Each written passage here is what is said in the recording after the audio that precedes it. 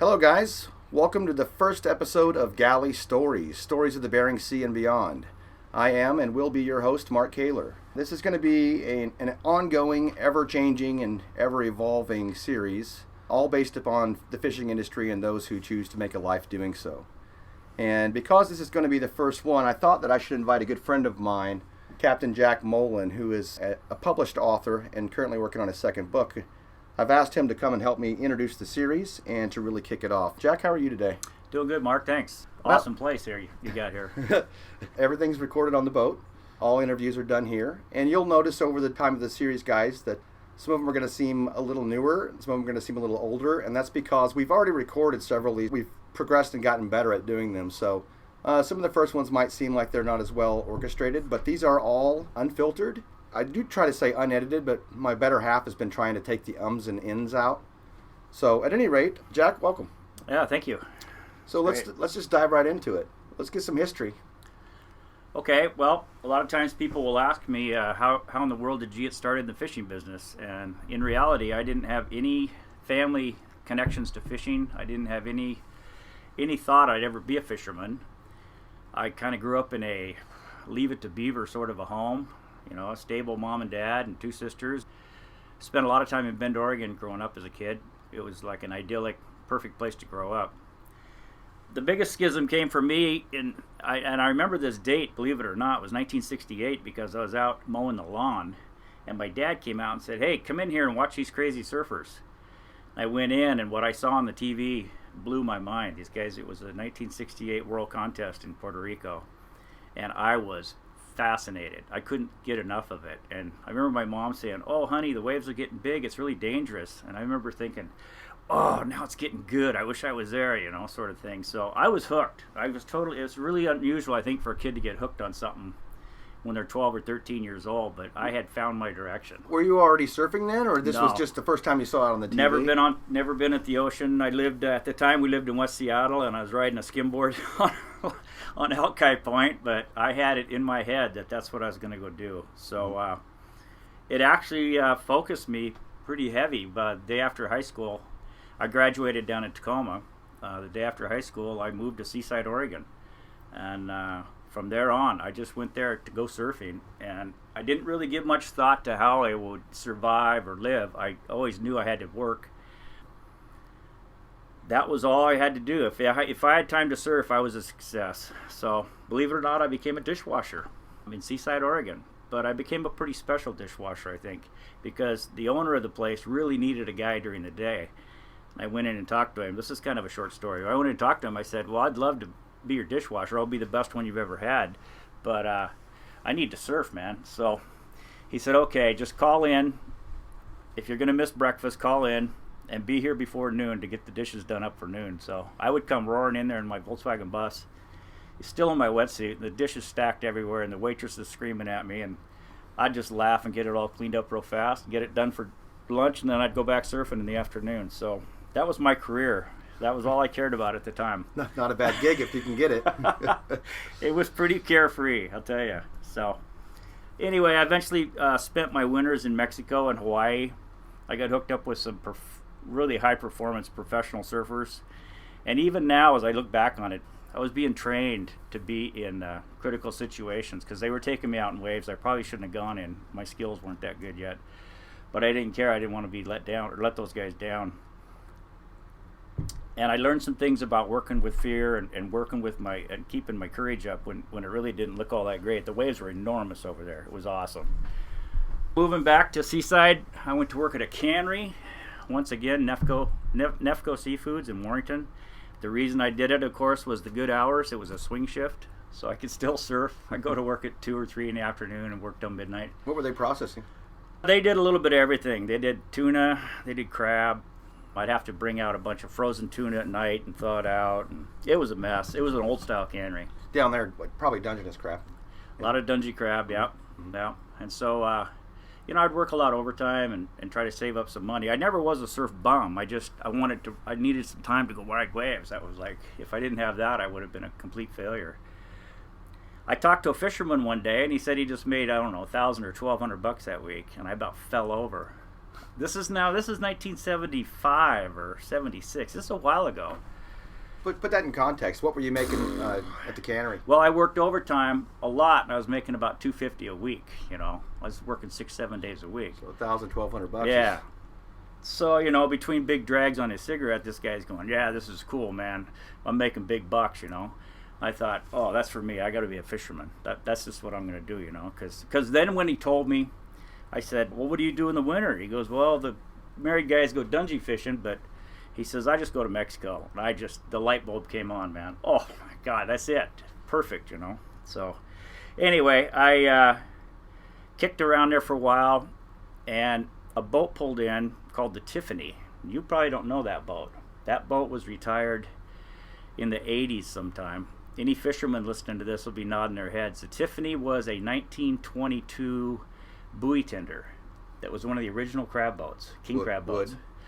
I think it was steel. I think it was a riveted hull, and the gentleman driving it, and I say gentleman kindly because he was an amazingly kind guy, Clifford Hall, from the Hall family in Newport, Oregon. They pulled in to pick up some dungey pots, and when I found out that was a king crab boat, I freaked out. I said, I gotta go. So I ran to my boss. I said, "These guys need help loading pots, and then I'm going to ride with them down to Newport." And he says, "Well, are you quitting or are you coming back?" I said, "Well, I'll let you know in a few days." Because I didn't know. So I did. I helped him load some dungey pots, and I jumped on board, and I got talking to the crew, and I was all friendly, and everything was just, oh, man, I was happy. And we went out across the bar, and Clifford fired up a big cigar, and I got so seasick. Oh, my God.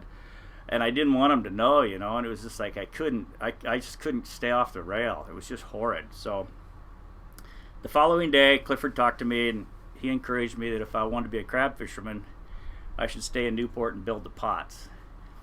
So I went to the pot shop, checked it out, and for Seattle guys, now that I know a few things from what I didn't know then, they were rubber wrapping those pots down there for the guys like the Provider and some of those boats. And I thought to myself, no, this is no good. I want to go crab fishing. I don't want to stay here and build gear. How long did you do that? Well, I started really hitting the docks then for a job.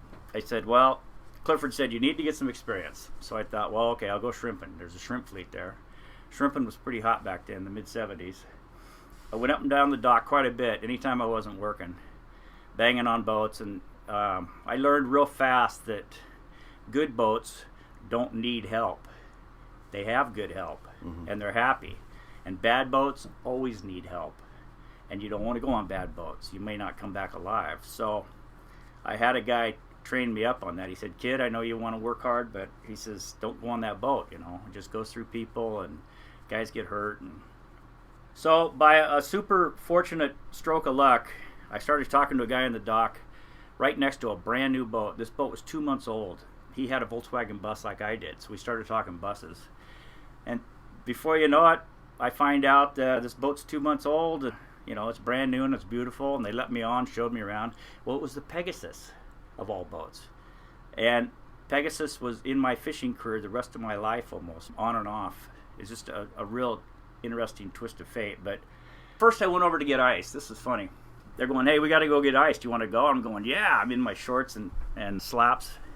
And so I jumped down in the fish hole with this big hose, and I'm putting ice in the fish hole. And I don't know anything about what I'm doing, right? But I'm just slinging ice. Well, I got up to my waist in ice, and by the time I got myself out of the ice, I didn't have any thongs left. They were gone at the bottom of the ice. And the guys laughed. They thought that was so funny, and I could care less. I wrote my name on a matchbook. Here's my phone number. I know you guys will never need anybody, but if you do, blah blah blah. Well, lo and behold, about midnight that night, I get a phone call from the owner of the boat, and he said, "My son was the captain. He got hurt. I fired one guy. The other guy you met, he quit. So I need a crew." He says, "Do you know how to shrimp?" And I had to tell him, "Yeah. Oh, yeah." Of course I do. Yeah. I've been on a lot of shrimp boats. Oh, well, yeah. I'd been unloading a lot of shrimp boats. So, okay, be here at 3 a.m, So, oh, my gosh. So I went down there, and I got hired, and he figured out I was totally green, but he liked me because I was really, what do you call me? Ambitious. He said, "It's nice to see an ambitious kid." long story short, I was on the Pegasus for a while, and I did find my thongs at the end of that trip at the bottom of the ice pit 4 or 5 days later.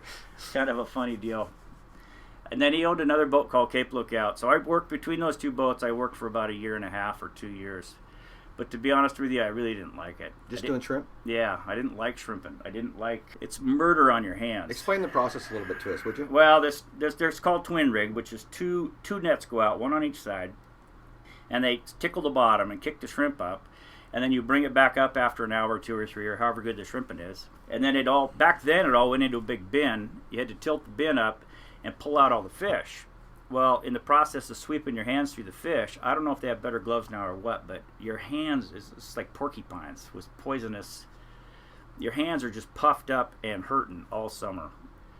I just didn't like. I don't know. There was a few things I didn't like about fishing in Oregon. The Columbia Bar I didn't like. I really didn't like just coming home. I learned that I prefer to go for a couple months and be gone, away from home, and then come back and just enjoy. So you're going home every night then? Yeah, every 2 or 3 days. Dungeness was that way, or in and out. So it just didn't fit what I like to do. So, were you still fitting in some surfing? Well, I was surfing big time back then. Yeah, that would be 77, 78. I think I'd just met my future wife. Then a guy shows up. This is another one of those big moments, and you don't even know it. You know, when you have these big moments in your life. This guy shows up at Seaside in the surf parking lot with this 68 Chevy Impala, and he's got about 6 or 8 boards on top, just rainbow colored, beautiful boards from Hawaii. I'm looking at these things going, oh my God, that's an amazing assortment of boards, you know, and I know who made the boards. They're like from a professional guy. So we got to talking, and he said, oh yeah, my name's David Copra, you know, I'm going to be leaving for France next week, and then I'm going to spend a month in France, and then I got to go back to the Bering Sea and go fishing. So we got talking around the campfire, and we ended up talking late into the night in our wetsuits around the campfire, and he filled my head with stories, man. This was like 78. This was the boom years of king crabbing. At the time, he was on the Royal Viking. You know, he's telling stories about busting windows out, rolling boats over, icing up, you know, guys getting beat up and dead, but he goes, but it's big bucks, man. If you can survive, you can make really big bucks, you know? And that's why I'm going to France for a month, because I can afford it. And I'm just going, oh, baby, sign me up. I got to go. You got visions of surfboard in your head, right? I was so stoked. It was like time and money. I guess I should explain my theory or my belief on time and money. You got to have time. You got to have money, okay? You know people that have lots of time, but they don't have any money. That's no good. And then you know people that have lots of money, but they don't have any time. So I think they're just as broke as the other people. They're just, they think someday they're going to make time. Well, I hope they don't have a heart attack before then. I don't mean to diss anybody about that. So fishing looked like time and money. I can go work for 6 months, and I was also fired up. I was totally fired up to see if I could do it. Money was never a really big concern for me. If I have enough money to live on, I seemed like I was happy. But could I hack it? Could I do what those guys were doing? Because they were talking about working 60, 70 hours, just endless amount of crab coming. So David laughed and he said, well, you better start driving up to Seattle, look for a job. Go up to a place called Ballard. Going, oh, okay, I'll go to Ballard. And he took off for France. So I drove up. And I got to South Seattle. I'm in a 1966 split-window Volkswagen bus, right? Mm-hmm. I mean, with surfboards on top. Now that I think about it, it's just hilarious. But I pulled into Des Moines or somewhere down there on the south end of town, and I was getting gas, and I asked the guy, I said, hey, where's the Ballard exit off of I-5? He says, ha, ha, ha, you're not from around here, are you? I said, well, no. I said, from Oregon. He goes, there ain't no Ballard exit. He goes, you can't get there from here. I'm going, oh, you got to be kidding me. I thought there was a place called Ballard. He goes, there is. There just ain't no way to get there. So I drove up a little farther and asked another guy, and he directed me up in here. And I knew when I hit it. The boats were at the docks. Fisherman's Terminal? Fisherman's Terminal, right here where we're sitting, man. Look at that. We're looking right across the street. If this was 1978... that'd be 40 years ago, right? Mm-hmm. Isn't it? Oh, my gosh. So here we are sitting here like gray-headed guys talking about the old times. Anyway, it was no problem parking anywhere and sleeping in the bus. And I just started hitting the boats, and nobody would talk to me. Nobody would. I mean, there was a friggin' boom going on. Boats were being built, boats were being commissioned. Crews were very tight-lipped about any other work that was available. They were all getting their friends hired. So I tried a few times, up and back. And then David came back. I went back to work on the shrimp boats, and I was pretty disappointed. I thought, oh man, I should just be able to slide right up there and get a job, you know. David Copra came back from a season, and he goes, hey, you want to see my new house? And I'm thinking, yeah, right. Where's that at? Well, he bought a house on top, probably the best surf spot on the West Coast, and 5 acres. And he goes, yeah, I got to go to work here in a few days on the Bering Sea. I got a job on the Bering Sea. It's going to take me a couple years to pay this off. I'm going, holy crap, man. I really want to do this. How do I get on? He goes, come on up and do some gear work with us, you know. He was such a friendly guy. He was a very infectious sort of a friendly guy. Was he your age or? High energy. He was probably 5 years older than me. Mm-hmm. Just a really focused, energized sort of guy. Anyway, I came up and I got on the Bering Sea, and we were doing, and I don't know if you know, but back then in the late 70s, the Bering Sea was like, it was better than UPS. I mean, they delivered the crab without fail. They were the top boat. And then they how big was the Bering Sea? Bering Sea is about 115 maybe. And then they built the Arctic Sea and the North Sea later, the 123s. Chris Paulson, the Danish guys, they were phenomenal professionals. Their gear was just... And of course, I didn't know any of this at the time. I mean, I knew that they paid well and it was a really clean boat and all that, but I didn't really know the difference. Doing gear work, painting buoys, that sort of thing. I think it was Chris Paulson came down to the boat with an envelope, started handing out checks for last king crab season, and nobody had shown me their checks, you know, except this one kid, and he was like the new kid. For 7 weeks, he got $105,000. Okay? Oh, Lord. Yeah. Now, this is 1978. Mm-hmm. Okay? You could buy a house in Ballard for about $35,000, I think. Maybe 50 if it was a really nice house, right? I looked at that and went, this is insane. I'm going to go for free. I don't care. I'm going, you know. I don't care what it takes. I just want to go. I want to be able to do this, you know. And the kid was pretty happy. Of course, he went right out and bought a Corvette and a condo.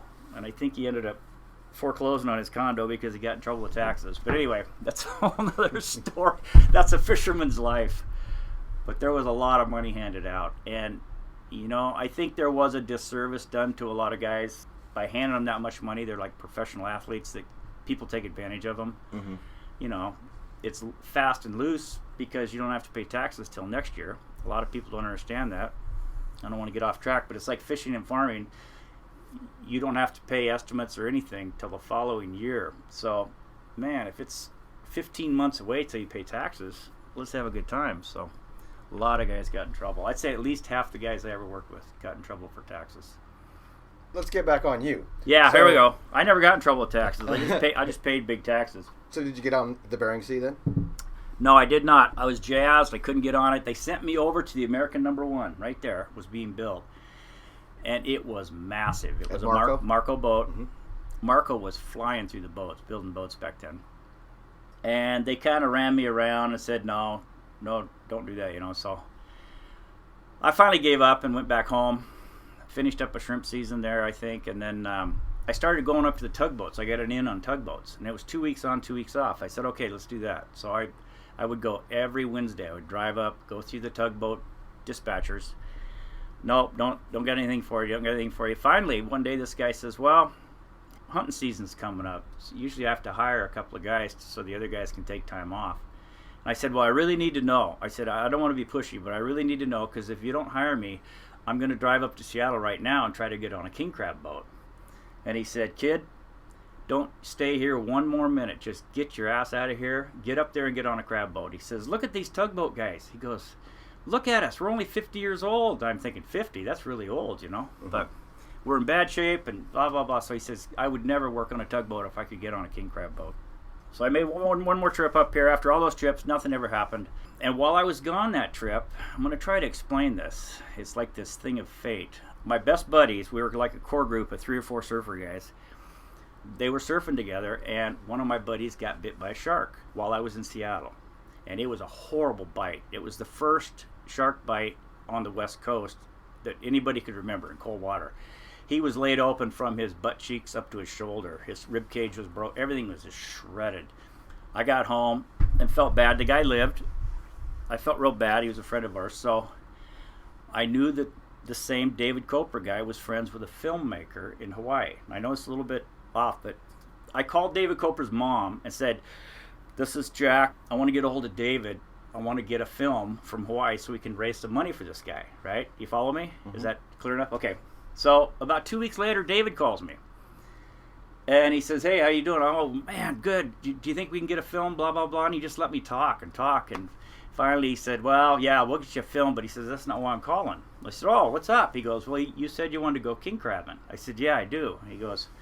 He says, "Well, they're building a brand new boat at Marco, and they just gave it to me, and I'm putting a crew together. And I got a spot for a half-share greenhorn guy." He says, "Do you want a day or two to think about it?" I said, "No, I just thought about it. I'll go." So, sure enough, I was in. We came up here. That would have been in the late fall of '79. What was the name of that boat? The Columbia, believe it or not.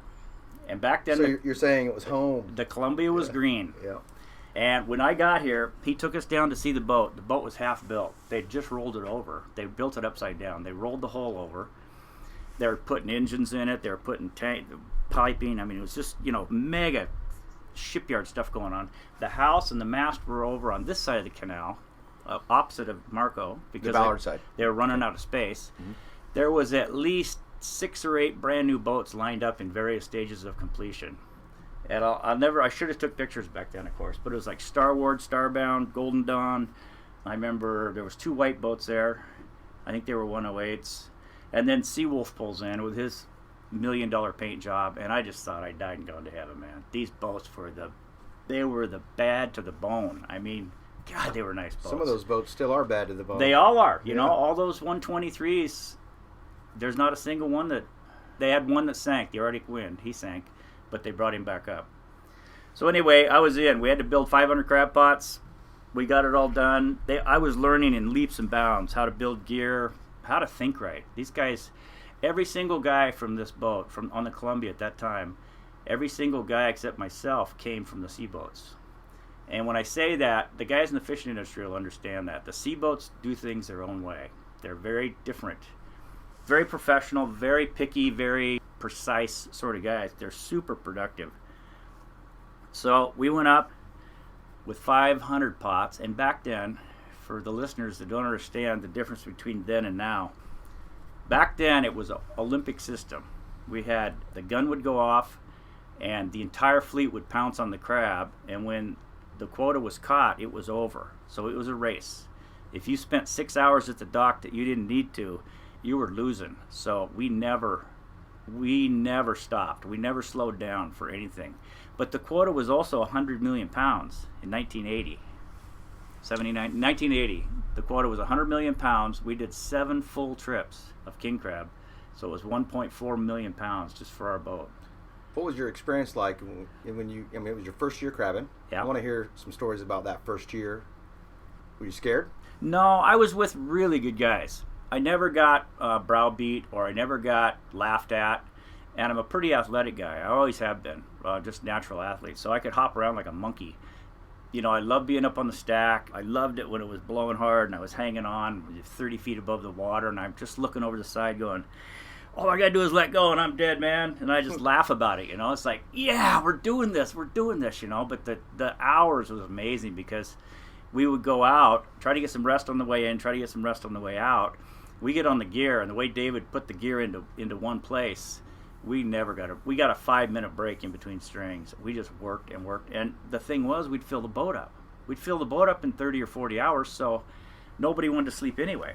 You know, it was like I was making like 10 grand a trip or something, and you know, I was holding up, and I was learning as much as I could. I was learning how to navigate, I never did learn how to cook. I didn't want to learn how. I'd get kind of seasick if I was in there cooking. On deck, I'm trying to think. I can't think of anything that happened that was dangerous or that we almost biffed it or almost lost it. Or it's just a really well operated boat. The boat was super robust, and it had lots of reserve. She still is. Still is. It's a classic. It's an amazing vessel. If it's operated well, you know, I've often said boats are kind of like horses. A bad driver can ruin a good horse, you know. but a good driver can take a limp horse home or whatever it takes. So that's just one of my millions of sayings. What was the colors on her when she came out? It was green. I'm not sure what color of green it was. Evergreen. It was awesome. It was kind of like you see green on the East Coast boats. And one of the owners, this is something I should have brought up. There were 7 owners at the time. Of course, now I'm a greenhorn. I don't know anybody. I don't know anything. I don't know who owns it. I don't know what's going on. But Chuck and Corey were 2 of the principal owners. Corey Ness and Chuck, of course, had started Trident, and they were big shots. And, of course, I didn't know that. But then one of the owners was from the East Coast, and that's how it got the name and the color green. It was a Cadillac. It stuck out because it was green, you know. We eventually built 700 pots. When you're going for those big quotas. How many were you stacking on deck at a time? We could put 220 on. I think we put 230 on one time just to finish up a season. But we could put 90 just on the flat deck. And then how many would you have in the water at a time? Would you drop your 230 and then go back in? And Oh, yeah. We made 3 trips at the start of the season. Get that gear out there. I'll never forget the first time we dropped gear. It was my first view of Alaska. We came around the corner. We crossed the Gulf in February. We're going to fish Barradeye.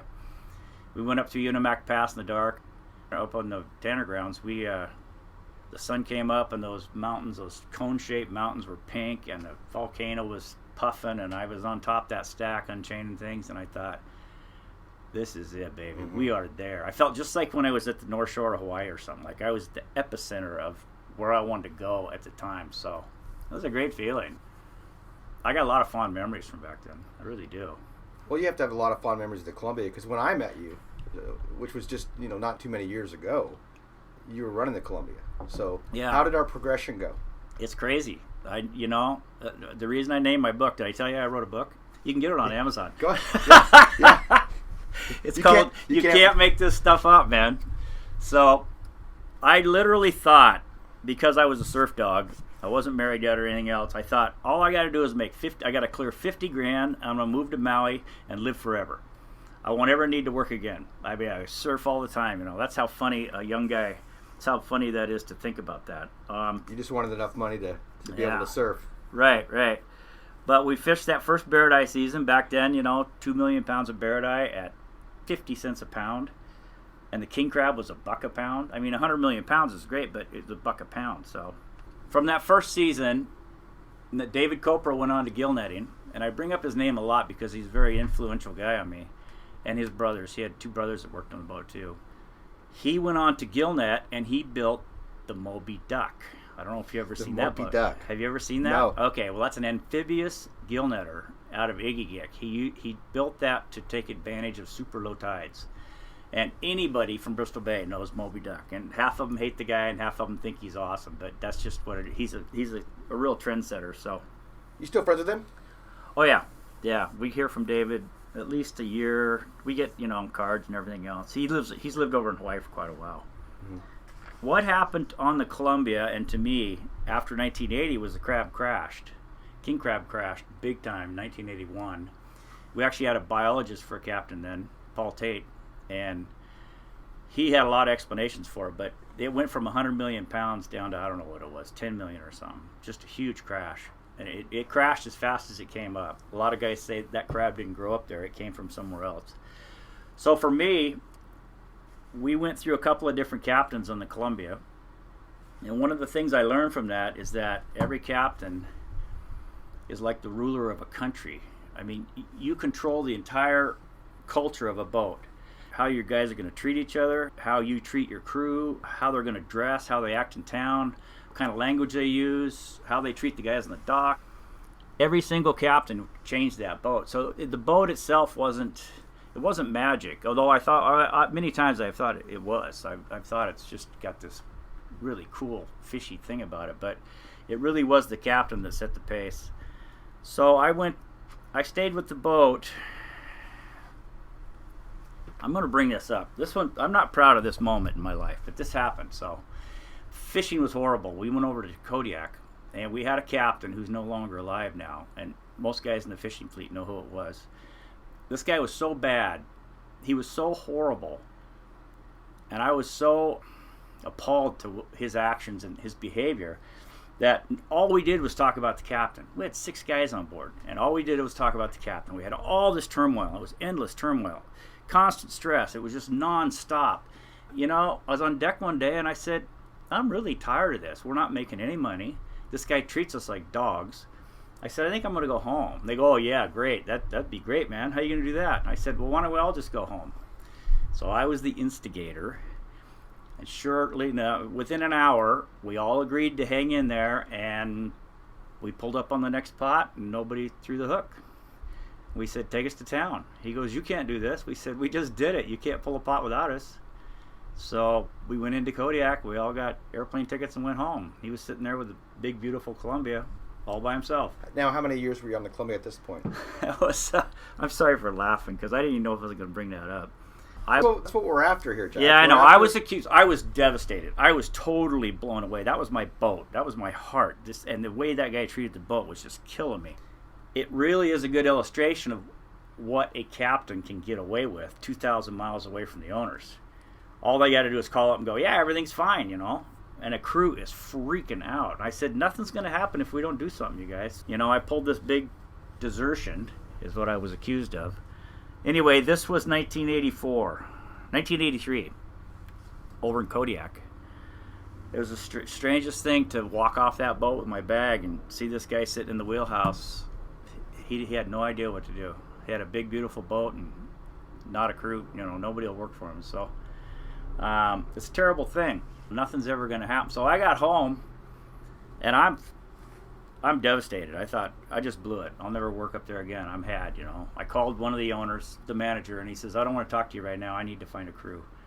Sure enough, my friend David Copra, I called him. I said, David, I feel so bad. You know, we left the boat, and it's just hammered this boat, and he's just ruining it. And he goes, you got to write the owners. You got to write the owners, you know. Back when we had to write instead of call, or, you know. Was no email. No emails, right. Yeah. So anyway, I wrote him this letter, 2-page letter, and I listed exactly what I saw. And that I was engineer and blah, blah, blah, blah, blah. And I don't know, nothing happened. I didn't hear anything. And about 4 weeks later, I got a call from the manager. He says, do you want to go back to work on the Columbia? And I said, well, not with that guy there. He goes, no, we're taking him off, you know. So I said, okay. So I went up and took him off. And we spent the summer before the boat got converted into a trawler. Now, if you can follow this would be 1984. So in 1984... I told that same manager, I said, I've been up here long enough, I want to see my wife and son. My son had been born, his name's Gus. He's about 6 months old. I've been up here a long time, I've been fighting at Skipper, we had the abandoned ship, all this stuff, and, you know, I'm tired. He goes, no, you got to stay there and engineer. I go, I can't, man, I got to go home, you know, it's really, I don't want to defy you, but I really need to go home. I go, well, why don't you send my wife and son up? And he goes, oh, that's impossible. That's just impossible. He says, it's too much liability. I said, okay, then I'm going home. I'm really sorry, you know. So that night I called my wife and she says, hey, I talked to Phil. He said we're flying up. So I was pretty stoked.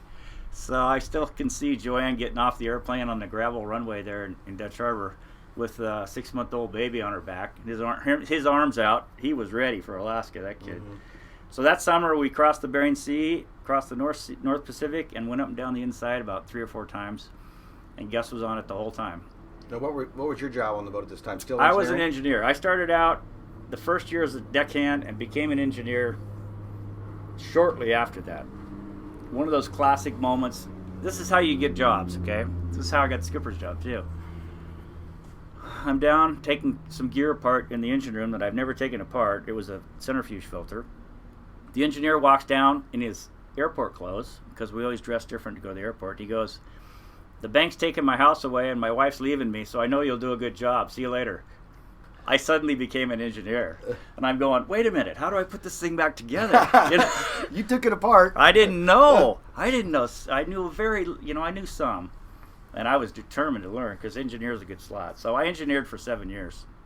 Anyway, after this big summer with Gus and Joanne, and we had a really fun summer going up and down the inside. We were actually hauling pink salmon from southeast Alaska to Bellingham, if you could believe that. That was up and down the inside. Then we converted the boat. The boat went into shipyard, and then it starts getting funny. So the big Pollock JV thing was on. Everybody was going JVing. King Crab crashed. The boats were choking. The guys were losing their boats. I mean, it was a mess. So they got Marco through a couple of different ways to agree to convert this boat to a trawler for cost, because they wanted to get one out there, because RAP was doing all the conversions and they were doing a really good job. We pulled in and they ripped the boat apart, plumbed it for hydraulics, put the winches on, did all that stuff. And we also had to hire some guys because I didn't know anything. And we had another guy on there, Dan Clark, who was the cook. He didn't know anything. And then we hired Bart Campbell. I don't know if you know Bart, but Bart Campbell used to work with Chuck. He's been around forever. He's a really smart guy, really good guy. Bart went to whitefish school in England so he could learn how to trawl. And we hired Jim McManus because he said he'd been trawling. And then we hired a Portuguese guy named Tony Tenea. He was our web guy.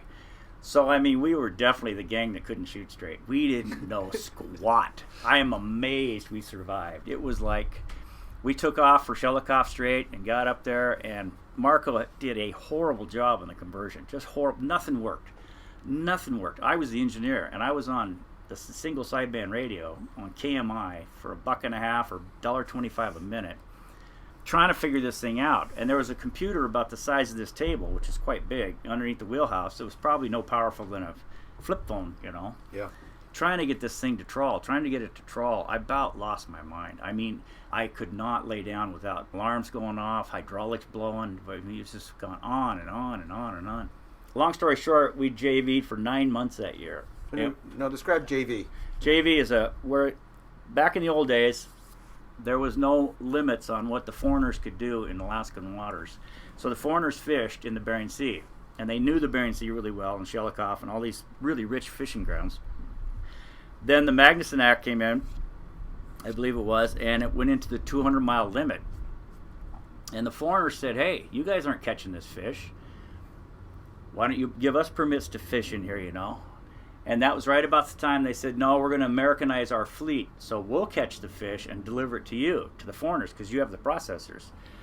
So a whole new fleet grew up around us. Many of the crab boats converted over to trawlers, including the Columbia.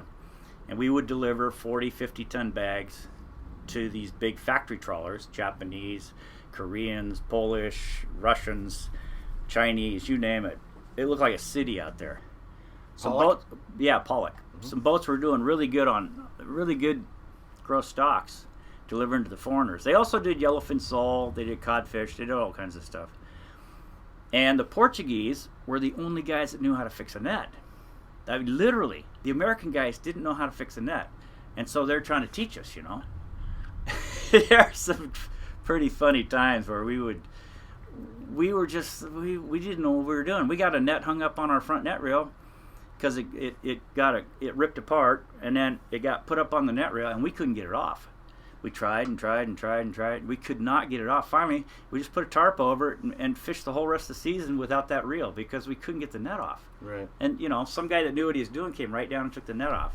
So it was pretty funny. In fact, Jim McManus got a poster of himself fixing our gear from that. So after the JV days, at the end of that first JV season, we had to come back to the yard again to rip the boat apart again, and I just couldn't handle. I couldn't face it. I didn't have the. It was depressing thinking about what we had to do, and I just made $30,000 in 9 months, and I was away from my family, my wife and young son then that long. So I said, you know, I'm just going to quit. I got to do something else. This isn't working. So that's probably one of the worst decisions I ever made in my life, because they got the boat fixed. They went up and they spanked them. They knocked the crap out of them for a couple of years. They had huge seasons, and that boat I don't think ever made more money than at that time. It didn't feel right being at home. You know, I was a carpenter, and the carpenters like to do concrete, and I hated it. I hated going to work. I didn't like it. I liked being on the water. So I came back in '87 as the engineer. As soon as I called Bart, he says, I was wondering when you're going to call. So here I am back on the same boat again. I had called Chris. Bart Eaton? Bart Campbell. Oh, Bart Campbell. Yeah, okay. Believe it or not. And they're the same age, same era. I'll tell you all about them later. I did get a call from Chris Paulson to go to work on the North Sea. And I wanted to do it in the worst way because they're first-class operation, but I had the flu. And I had the flu for like 10 days, and he finally called me and said, I can't wait. I got to get a guy.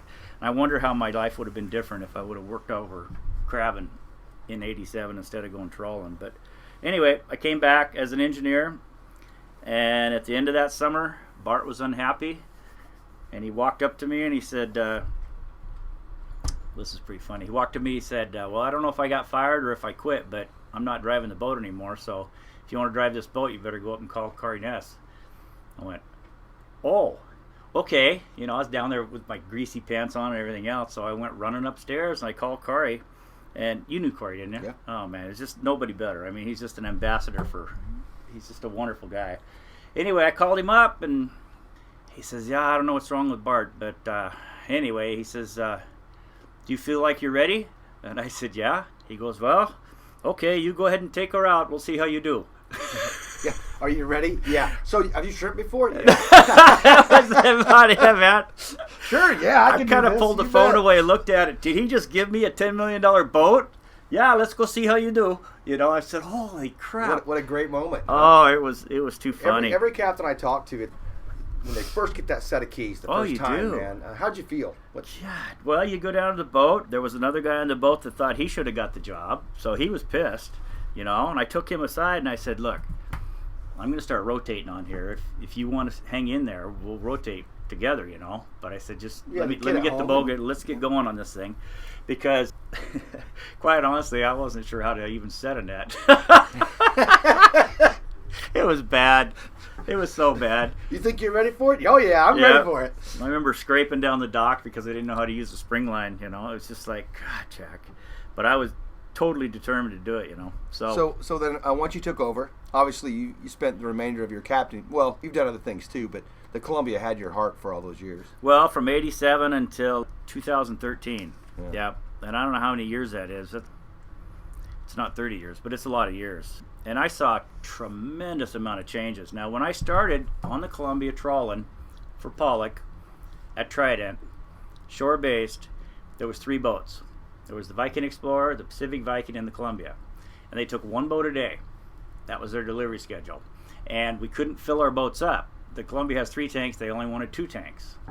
So the guy that ran the show back then, he always said, no, only 2 tanks, only 2 tanks. Okay, yeah, sure, Clyde, no problem. 2 tanks.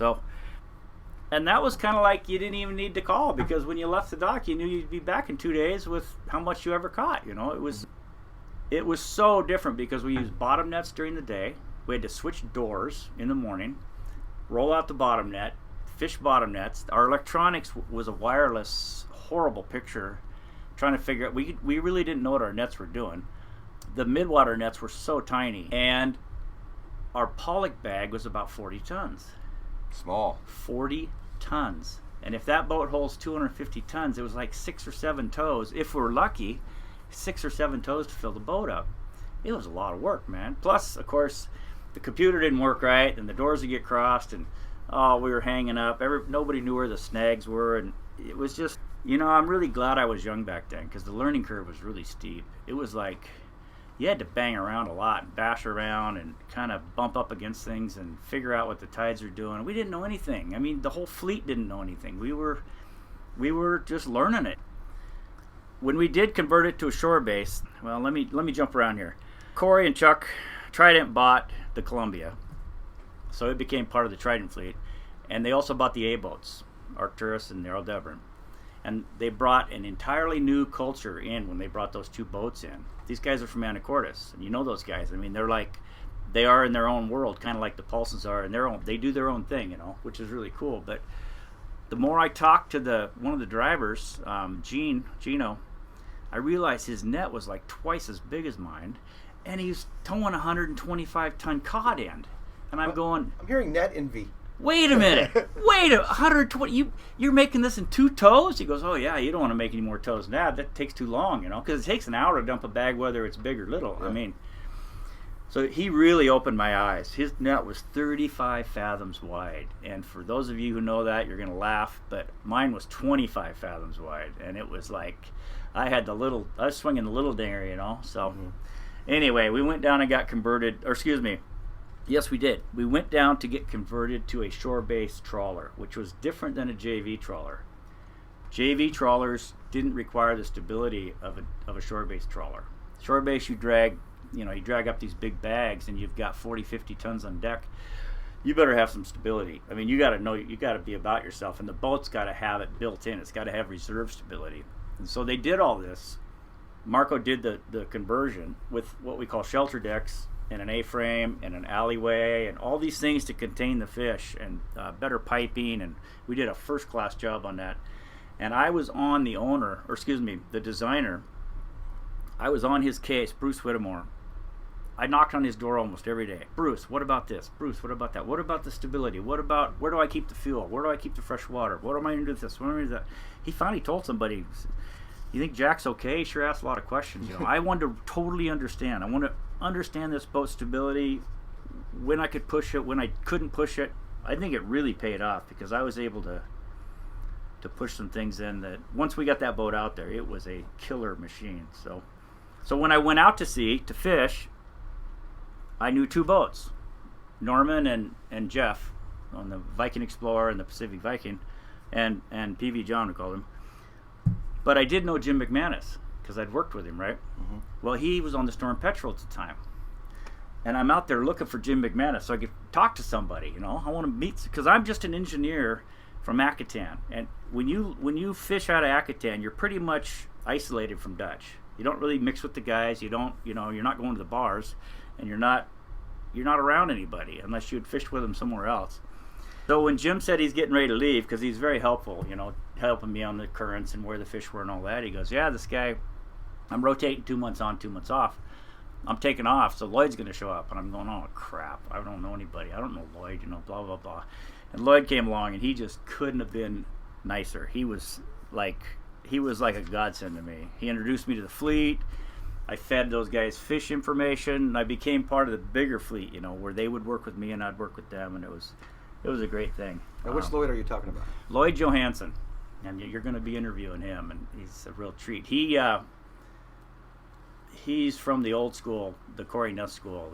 His dad was. You'll see. He'll tell you about that. I don't get too much into that. One of the best things I did of all my career was I brought my son up when he was 8 years old. Jim McManus had just become the manager, and I asked Jim. I said, "Hey Jim, I need to take my son to Alaska. He's getting a little too much influence from his mom and sisters." He goes, "Oh, there's no way. Sorry, man.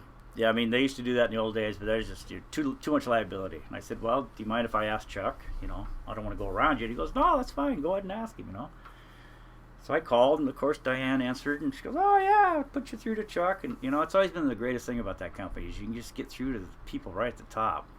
Chuck says, "Oh, what's going on?" And I said, "Well, my son's 8 years old, Chuck, and I think he needs to be around men more. He's he's hanging out with his wife and sisters and his mom and sisters, and what would you think if he came up with me this summer?" And he goes, "By God, I think that's a good idea." I said, "Really?" He goes, "Well, yeah." He says, "I did that with my kids." I said, "Oh, great." I think you need to expand on the he was spending too much time, because I read your book. Yeah. Yeah, but I don't want to embarrass guests. He was calling his whitey tighties his panties. And that was about all I needed to hear. I looked at his mom and said, he needs to go to Alaska. We don't wear panties in Alaska, right?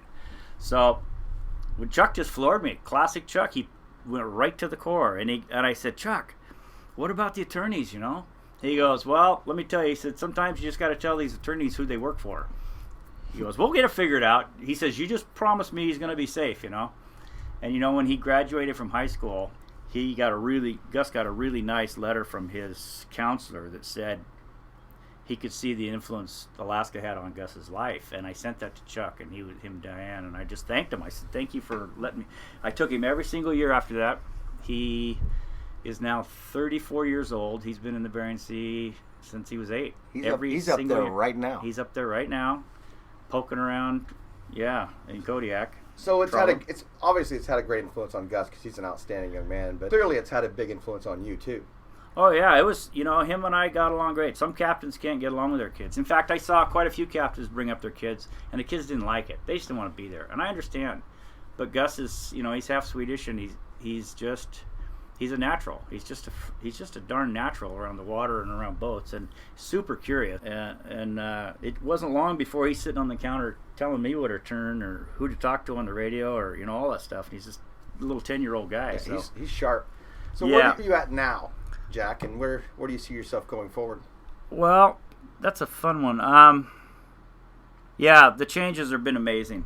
In the years that I did this, the nets, the electronics, the way we offloaded, the way we scheduled things, it just became so slick. It became so, we just kicked ass. And like Craig, our good friend Craig says, we just make it look too easy. Doesn't that sound like him? Yeah. And I learned if you do something well, you can make it look easy. And we were doing a difficult thing. Howard and I have talked about this before. I said, do you realize what we just did the last 24 hours?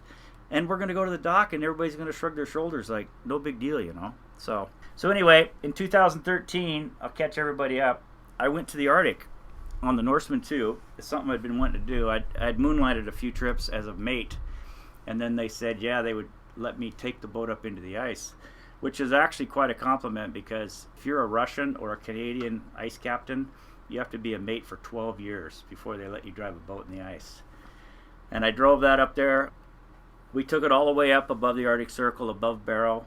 It is a trip. It's totally different than the Bering Sea. In fact, you're 1,000 miles away from Dutch Harbor when you're up above the Arctic Circle. We ended up getting 400 miles above the Arctic Circle. We had 30 people on board. My wife and daughter were on board. They were feeding 30 people 4 meals a day.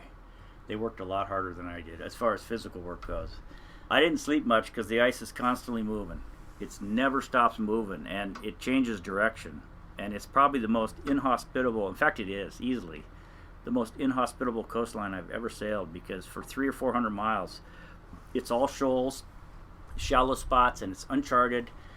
And if the ice starts to come down on you, you got nowhere to go. You can't keep getting shallower, and there is nowhere to hide. There's not a point or a cove or a bay anywhere.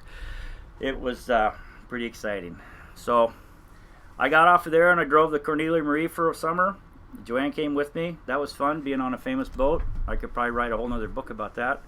I really appreciated Casey and the owners let me take the boat up. They just got out of the yard. It was a good summer. And then I switched to the Aleutian Ballad, believe it or not. And I bet you don't know what that is. That's a tour boat, a former Deadliest Catch boat that got converted to a tour boat out of Ketchikan. And they haul up to 130 people twice a day, take them out into this certain bay they have staked out, and show people how we fish crab and tell them your story. And it was from there that I learned about public speaking. And because the owner, David Luthine, he's a really smart guy, I said, hey, what do you want? What kind of script do we have here? What do you want me to talk about to these people? He goes, hey, just tell them your story.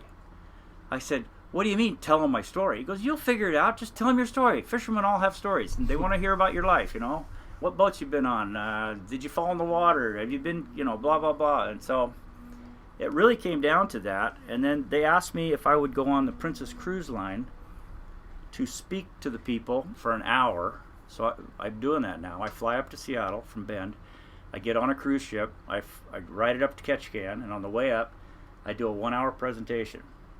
In the last 4 or 5 years of my career fishing, I took a lot of photos, and so I used those in the presentation and explained to people what the fishing life's been like, and here's the ice, and here's the eagles, and blah, blah, blah, this is where the Aleutians. And it's really well received. People love it. The cruise ships really like to get like the dog sledders, the Alaska people, that sort of thing. So it's kind of an Alaskan experience for people. And then I get off and fly home. And from that, I ended up writing a book, my first one, because I wanted to get something out there. I had a bunch of ideas in mind. And I guess I'm just increasing my digital footprint, you might call it. In fact, this might help. You're working on your second book now. I am. I wrote this second book. I wrote it first. And for various reasons, my editor said, you'll never finish this before you leave on your trip. We went on a 90-day trip last fall around the country. We did all 48 states. She goes, why don't you write a short 100-page book? Kick that out. And we did, all by her recommendation. And it was really good practice for me, because writing is like any other skill. If you gotta practice it. And I enjoy doing it. I do enjoy the writing. I actually enjoy the public speaking. I like seeing people get fascinated by stuff they've never been exposed to. In fact, I even tell them, hey, I'm going to show you things you've never seen. You're going to hear things you've never heard. Now, in this day and age of the internet, where can you do that? Right. Right? And it's happening right here in the stern of your boat. I mean, it's so wonderful that you've tapped into these guys, because this enormous swirl of life and experiences going on around here, and you're just like reaching out and grabbing them, So Trying to. Oh, you're doing a great. So we're running out of time here, but I really want to know what advice you'd have for young guys trying to get in. I know your son, 6 months old, he was on a boat. Yeah. 8 years old, he started, helping you carry out trash and still on the boat and that kind of things. But some guys don't have that opportunity. They're like you were back when you were coming up to Seattle, walking those docks and going back home, walking the docks, going back home, walking the docks, not getting those jobs. What's your advice for those young guys really trying to? It's really, I think it's really important to be young. I've had 30-year-old, 35-year-old guys with a wife and 2 kids. They're the checker at Safeway, and they know me, and they go, Jack, take me fishing, man. I hate my job. Take me fishing. And it's like, I took a carpenter that was 30 years old. He's super smart. Every skill he had was worthless on the boat. He had to start all over. I mean, you're not using hammers and nails. You got a rope or a twine or a needle, and your place is jumping around. And when you're 30 or 35 years old, you have settled into a certain amount of skills that you've gained, and they're good skills, they're marketable skills. They don't work on a boat. It's just baffling, because I tell people, you don't eat the same, you don't sleep the same, you don't think the same, you don't communicate with your home the same, you don't do anything the same. So you got to really be adaptable. And when you're 18 or 20 or 22, you can be adaptable. I mean, you're still moldable, I guess. Yeah. And it's not anything you consciously do wrong. It's just that you've already got those years if you're older like that. So there is work out there. There's plenty of work out there. And I'll tell you why. I've talked to a lot of different industries: oil drillers, mining, ranching, logging, fishing. They're all productive industries, and they're all hurting for young guys, because most of the young guys, and they'll tell you, most of the young guys just want to be on their phone and do a startup company. And there's nothing wrong with that, but there's also nothing wrong with working with your hands. It's very satisfying. It's really, really cool to go out and do what I used to call extract protein from a hostile environment. You do it without fanfare. You don't have anybody screaming and yelling. You just pull protein out of the ocean, and it's totally renewable. It's really cool. Well, Jack, I can't thank you enough for coming and talking with us today and sharing your story and helping me launch this first episode. Oh yeah. Again, I can't thank you enough. Well, you got a great resource here. I got great. I know it's going to go, because it's fascinating stuff. It's stuff that you don't hear. That's the whole idea of it, is to get some of these stories before they're gone. You've passed some of yours down to Gus, and he'll have those. Oh yeah. But some of these other guys that we've already interviewed, those stories are not going to be recaptured again. Unless we get them down. All right, guys. This has been Galley Stories of the Bering Sea and beyond, and we'll see you next time.